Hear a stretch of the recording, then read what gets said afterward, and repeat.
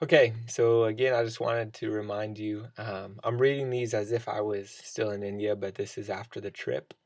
So this one is called Dignity Awakened, and I'm in Calcutta right now.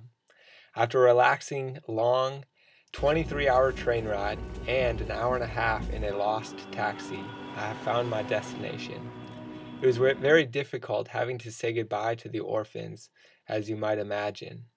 Please pray that I stay safe. My biggest concern is that my stuff will be stolen. Other than that, I'm very excited for my journey to begin now that I am Han Solo, as my brother referred to it as being. Um, today is the day that I've set apart to visit a Compassion International Project school. The leader of the school came and got me from my hostel, and we headed north of Calcutta about 2 hours to a small village. They had teamed up with a Salvation Army church and had about 290 kids who attend school daily. Shortly after we arrived, we began to visit some of the children in their homes before school started. In one of the homes, I encountered a powerful and unforgettable story, a story that forced me to fight tears for the 2-hour journey home. At first, they were tears of anger and sadness, but they changed.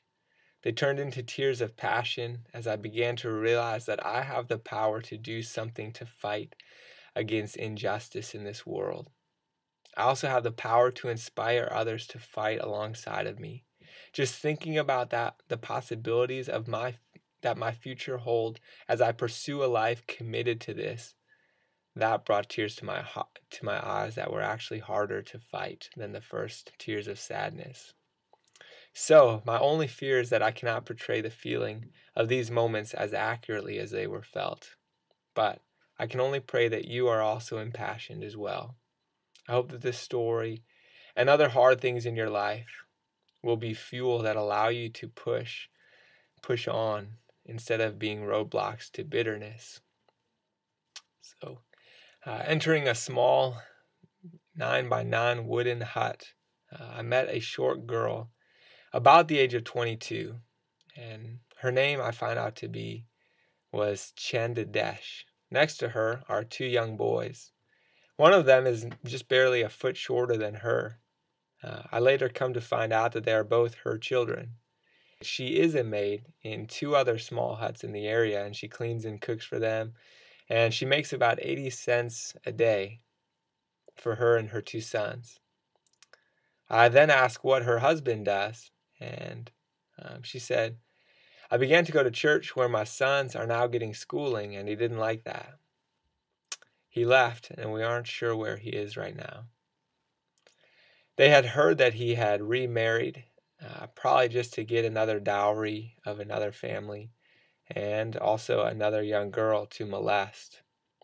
You see, he is around the age of 33, and their oldest son is 10 years old.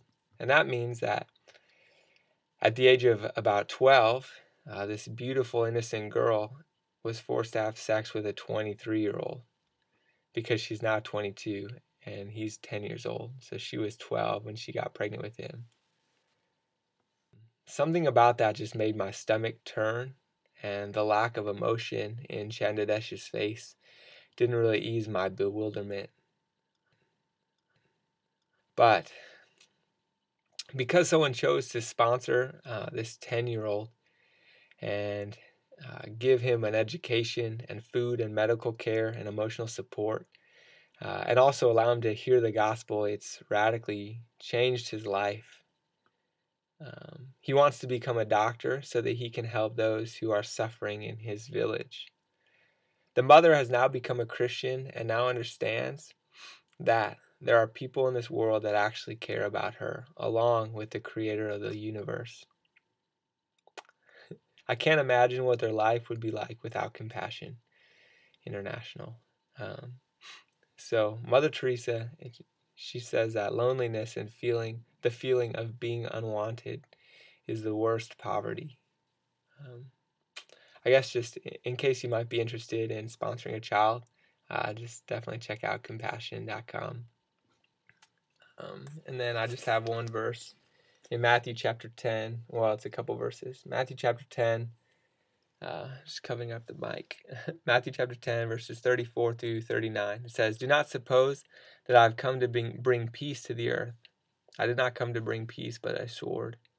For I have come to turn a man against his father, and a daughter against her mother, a daughter-in-law against her mother-in-law, and a man's enemies will be the members of his own household. Anyone who loves his father or mother more than me is not worthy of me, and anyone who loves his son or daughter more than me is not worthy of me.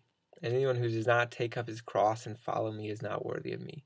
Whoever finds his life will lose it, and whoever loses his life for me and my sake will find it."